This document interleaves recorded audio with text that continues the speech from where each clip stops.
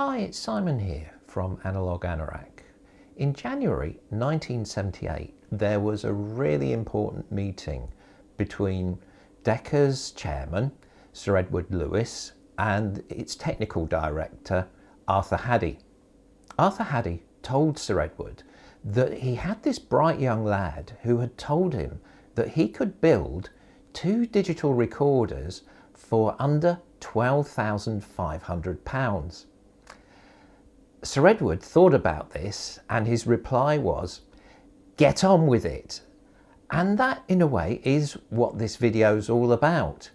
As Decca's digital team had a really busy 1978 after that meeting, they managed on the 1st of January 1979 to record the New Year's Day concert in Vienna. This here was Europe's first commercial digital recording. In this first video, I'm going to do an overview of the development of Decca's digital system. It's going to be definitely well out of my normal comfort zone. I want to give an overview of the unique Decca aspects of their bespoke recording chain. I'll also give a link to a really useful website originally created by the late Gino Mancini, as his website goes into a lot more detail. Fortunately for us, Gino made the most of being in the right place at the right time, as he was very interested in reel-to-reel technology. In the late 90s, he made contact with the Decca Digital Team, and the information that he got is invaluable, and he shared this on his website, as well as some fabulous pictures of some of the historic kit that he basically saved from landfill. Haddy's bright young lad was a fairly unassuming young engineer by the name of Tony Griffiths. I think in some ways he is to Decca Digital what Roy Wallace is to the story of Decca Stereo. In his teenage years, Griffiths became fascinated by electronics. He started off reading every book on the subject in his local library, and then he started to build some things. That included his own tape recorder, his own oscilloscope, and he managed to finish off building his own TV station with his own 430 megahertz transmitter. When he left school, like Wallace, he didn't go to university. He instead easily got a job at BBC Manchester, initially as a maintenance engineer. His potential was soon spotted, and he ended up in the BBC R&D department. While working there, he increasingly specialised in emerging digital technology. And it was this interest that brought him to the attention of Decca, and they headhunted him in 1973. Initially, he was asked to lead a very small R&D department, developing an audio-visual disc system very similar to the technology that ultimately became the Laserdisc. In 1975, this work was mothballed because they were asked instead to move over to the important project of developing a digital version of Decca's celebrated analog recording chain. The team's earlier experience of working on video technology actually gave them quite a head start in doing this project.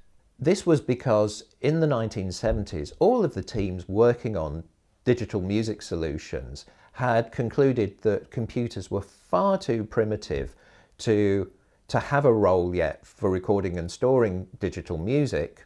The consensus was the best solution was actually keeping to magnetic tape, but changing over to the new tech developed for video recording. They did this by repurposing the supercharged capabilities of the new rotating drumhead and the process of helical scanning from storing video signals to storing raw digital music data instead. Decca did have a tradition of in-house development, but in the late 70s there were a few alternatives. One option would have been a collaboration with the promising Soundstream technology in the US, but I think they would have found it quite humiliating to, in essence, outsource some of the recording chain. The other main alternative was the system devised by Sony. This system used the U-matic video cassette, which looks a bit like a VHS tape on steroids. Decca could have used this system.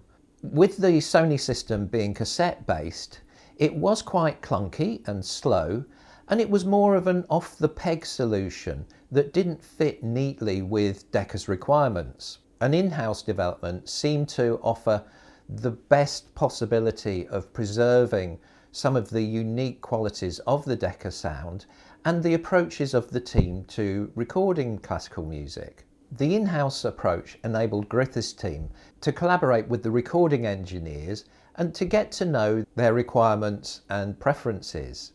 This enabled them to create a bespoke system developed around their particular needs.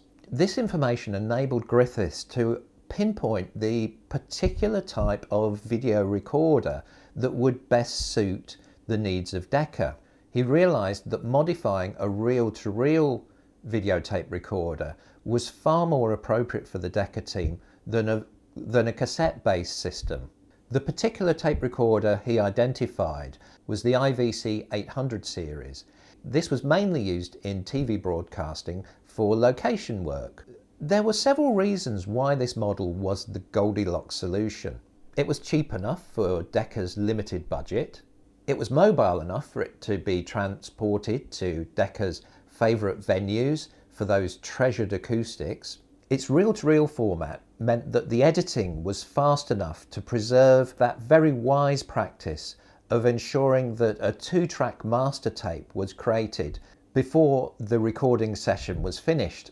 It would also prove to be less risky than using the U-matic system, as it had a simultaneous record and play function. This allowed live quality checks. Another major asset, which I'll talk more in the second video, is the higher specifications allowed by this system. The specifications included 18-bit encoding and 48 kilohertz per second sampling rates. Another benefit was that the American corporation IVC had its own branch in the UK with its own R&D engineers.